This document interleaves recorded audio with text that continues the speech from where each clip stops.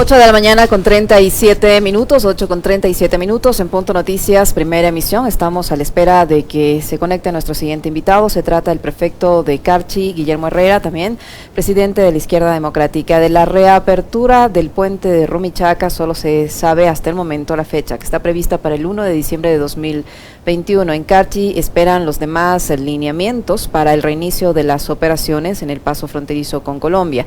El cruce seguro de personas, el control migratorio, la vigilancia epidemiológica por el COVID-19 están entre los aspectos más importantes que traerá la reapertura del puente internacional.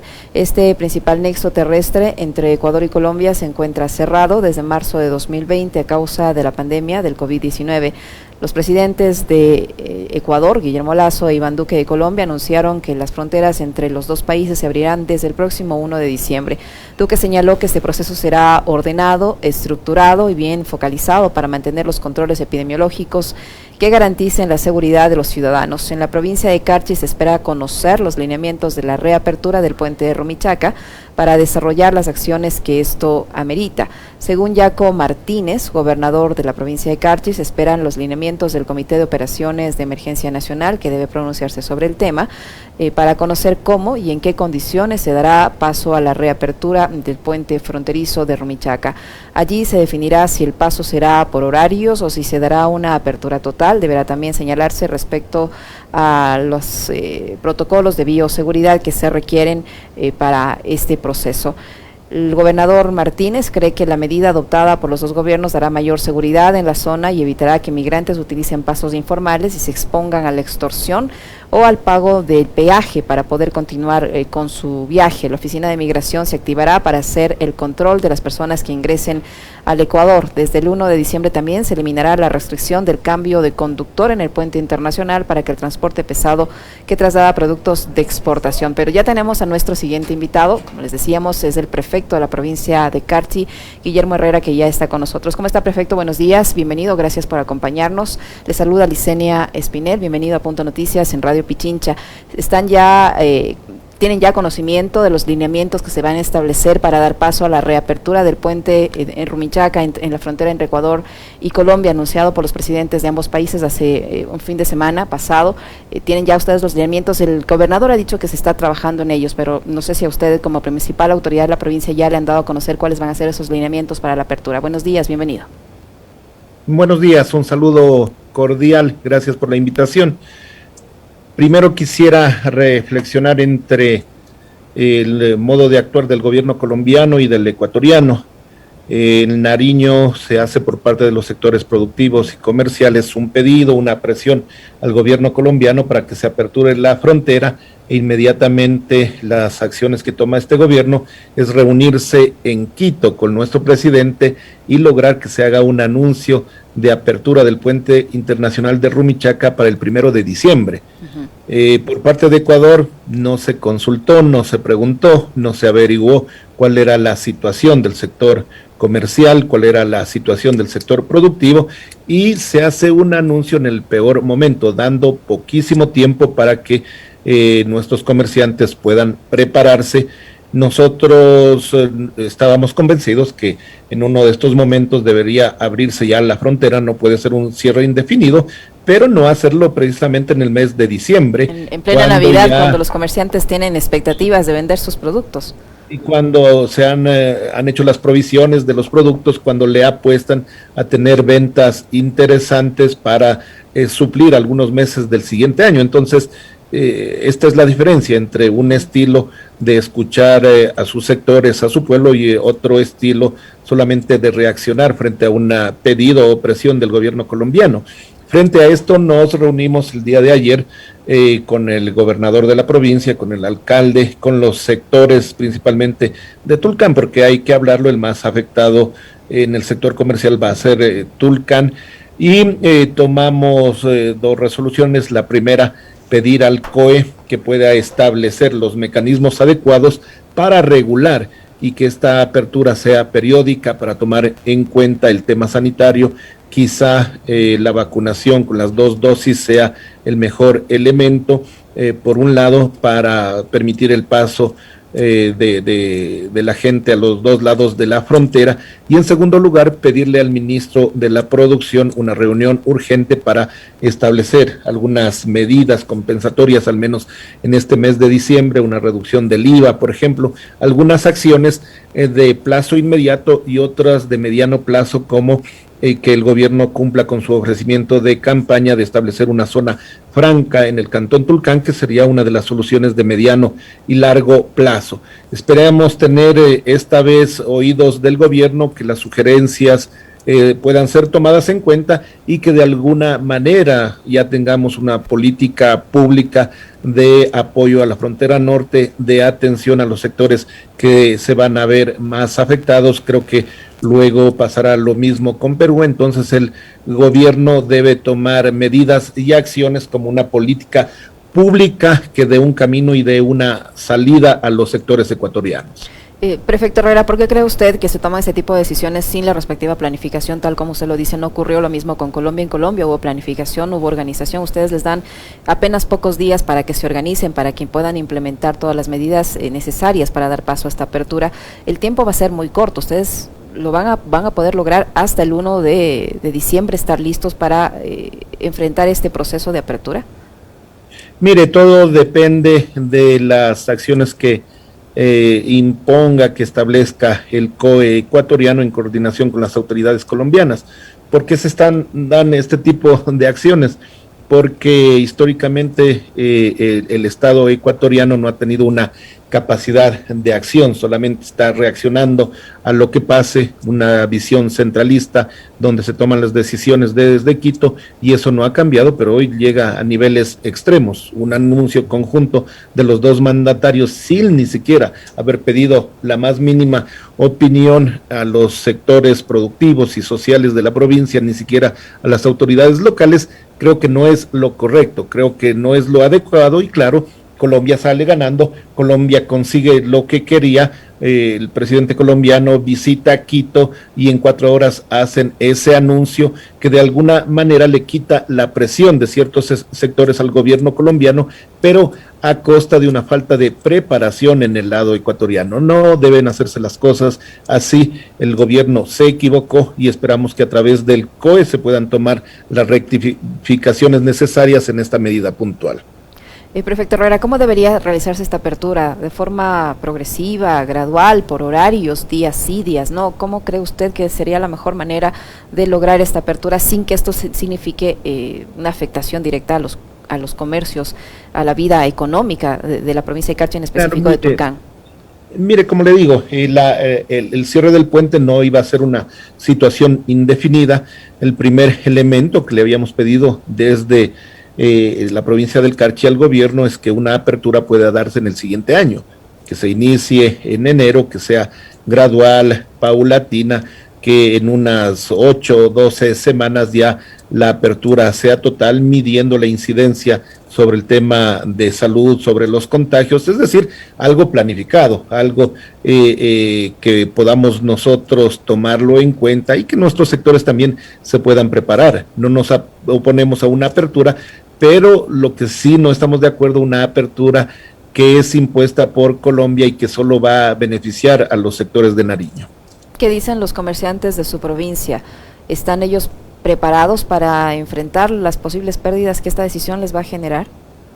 Mire, lo que nosotros aspiramos es que con el ministro de la Producción podamos establecer algunas medidas, algunos elementos, un IVA diferenciado durante los 3 fines de semana de diciembre para el sector comercial de Tulcán. Sería una medida adecuada que no tendría un alto impacto para las finanzas públicas, pero todo va a depender de la capacidad de acción que tenga el gobierno y del compromiso que tenga con los sectores. Si un gobierno está comprometido, se pueden implementar medidas que ayuden, pero si no es así, imagínese la situación difícil, por más voluntad que le pongan con un tipo de cambio tan dispar y frente a un anuncio que ya ha hecho a través de los medios colombianos el gobierno del vecino país de que implementaría una devolución del IVA a los compradores extranjeros. Por lo menos el gobierno ecuatoriano debería adoptar una medida espejo para compensar de alguna manera los posibles efectos negativos. Ahora, prefecto, este tipo de anuncios, y una vez que se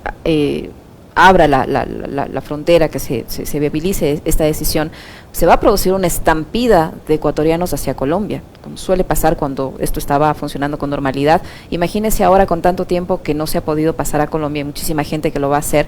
¿Ustedes están preparados para enfrentar esta ola de gente que va a tratar de pasar la frontera con todo lo que eso implica, controles sanitarios, etcétera, o con el ingreso también de colombianos hacia nuestro país? La situación sanitaria ni en Colombia ni en Ecuador está totalmente controlada. Y en ese contexto se va a producir esta apertura. ¿Ustedes, como provincia del Carchi, están listos para enfrentar esta situación de la masiva salida de ecuatorianos que se van de compras a las ciudades colombianas? Mire, siempre hay sectores que ganan y sectores afectados. Nosotros creemos que debemos dar apoyo a los afectados, que básicamente es el sector comercial de Tulcán, algún sector servicios también.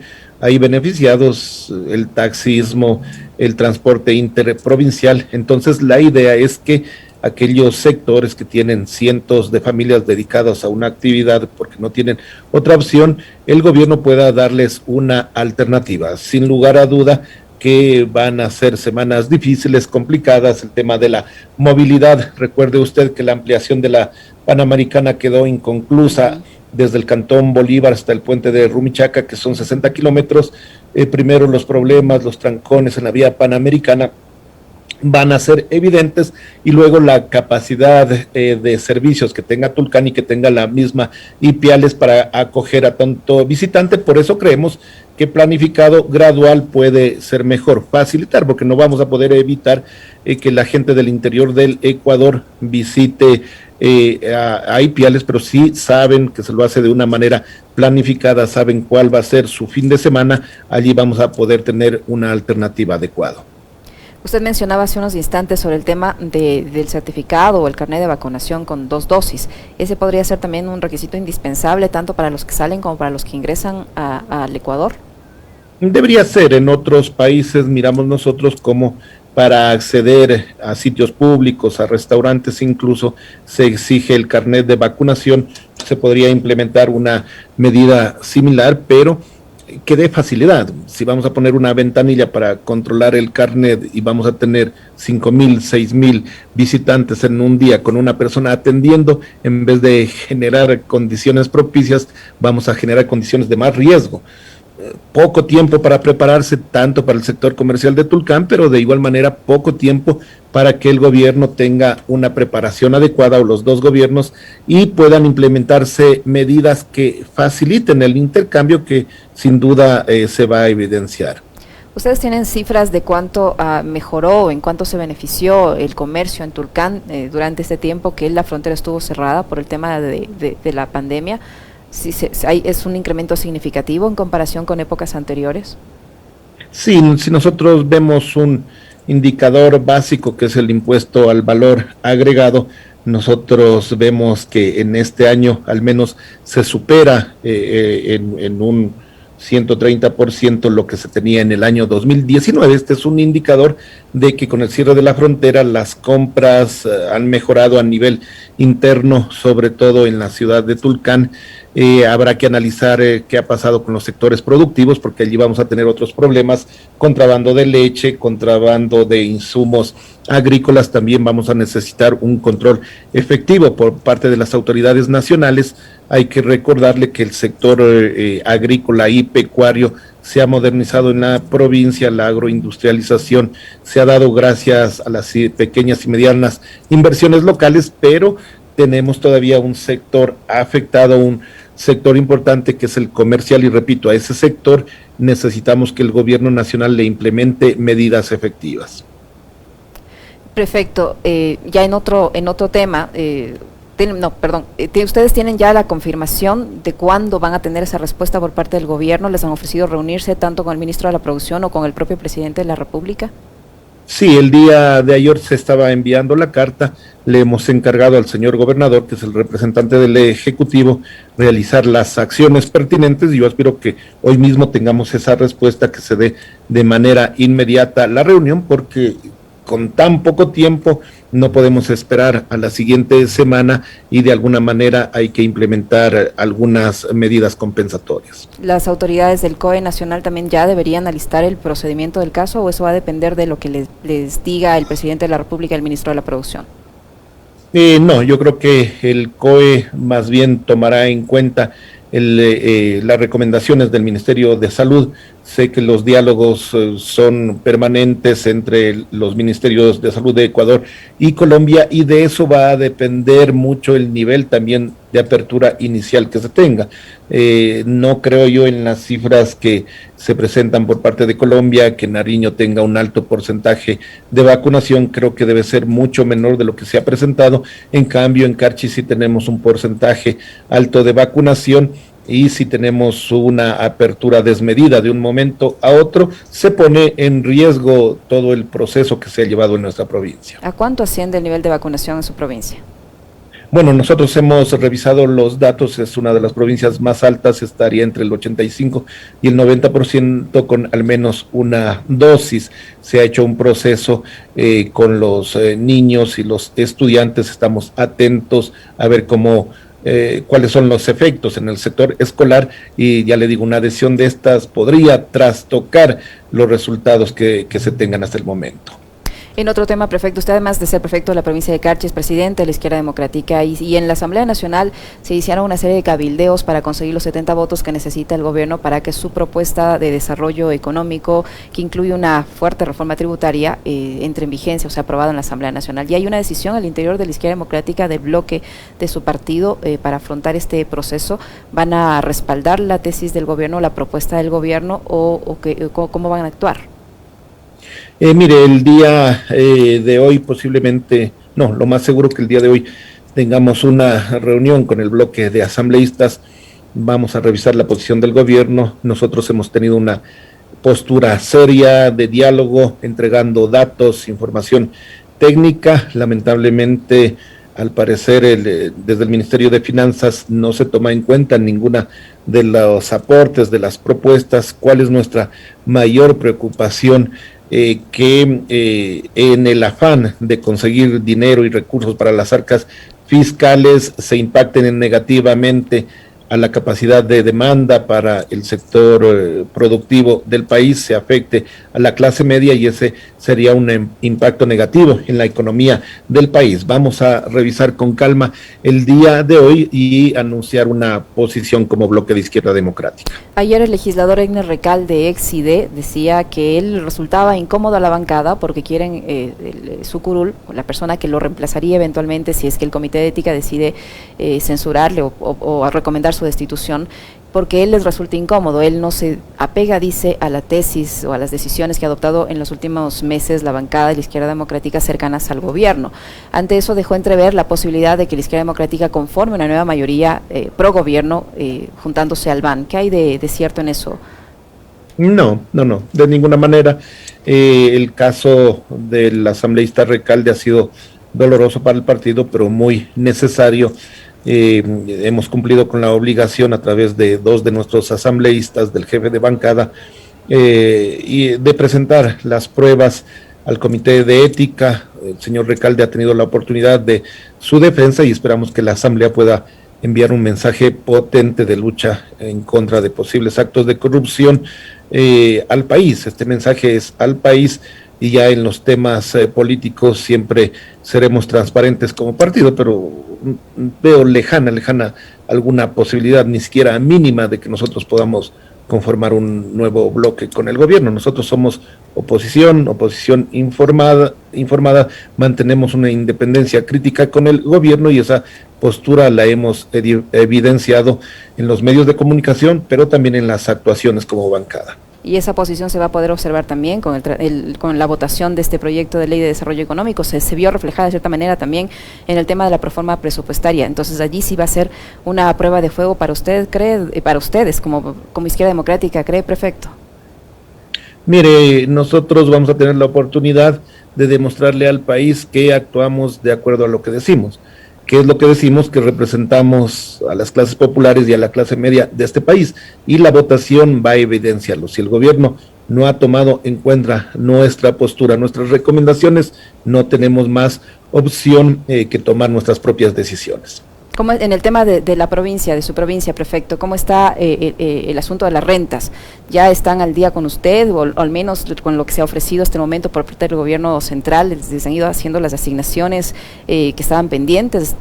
¿Cómo está en términos económicos el manejo de su provincia? El día de ayer hicimos una revisión con todo nuestro equipo, son 9 millones de dólares en diferentes rubros, que es lo que le adeuda el gobierno a la provincia del Carchi, y a nivel de las prefecturas, si no me equivoco, no quiero ser impreciso, pero estaría por sobre los 500 millones de dólares. Devolución de IVA, competencia de riego de 3 años, acciones de las empresas distribuidoras de energía eléctrica, son los rubros principales.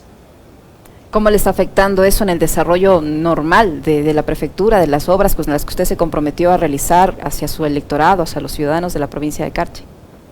Bueno, por suerte hemos podido concretar fondos de la cooperación internacional para el tema productivo, para el tema turístico, que han sido en cantidades importantes, y a través de gestión de crédito con el Banco de Desarrollo hemos podido obtener los recursos que nos permiten cumplir con el plan de trabajo.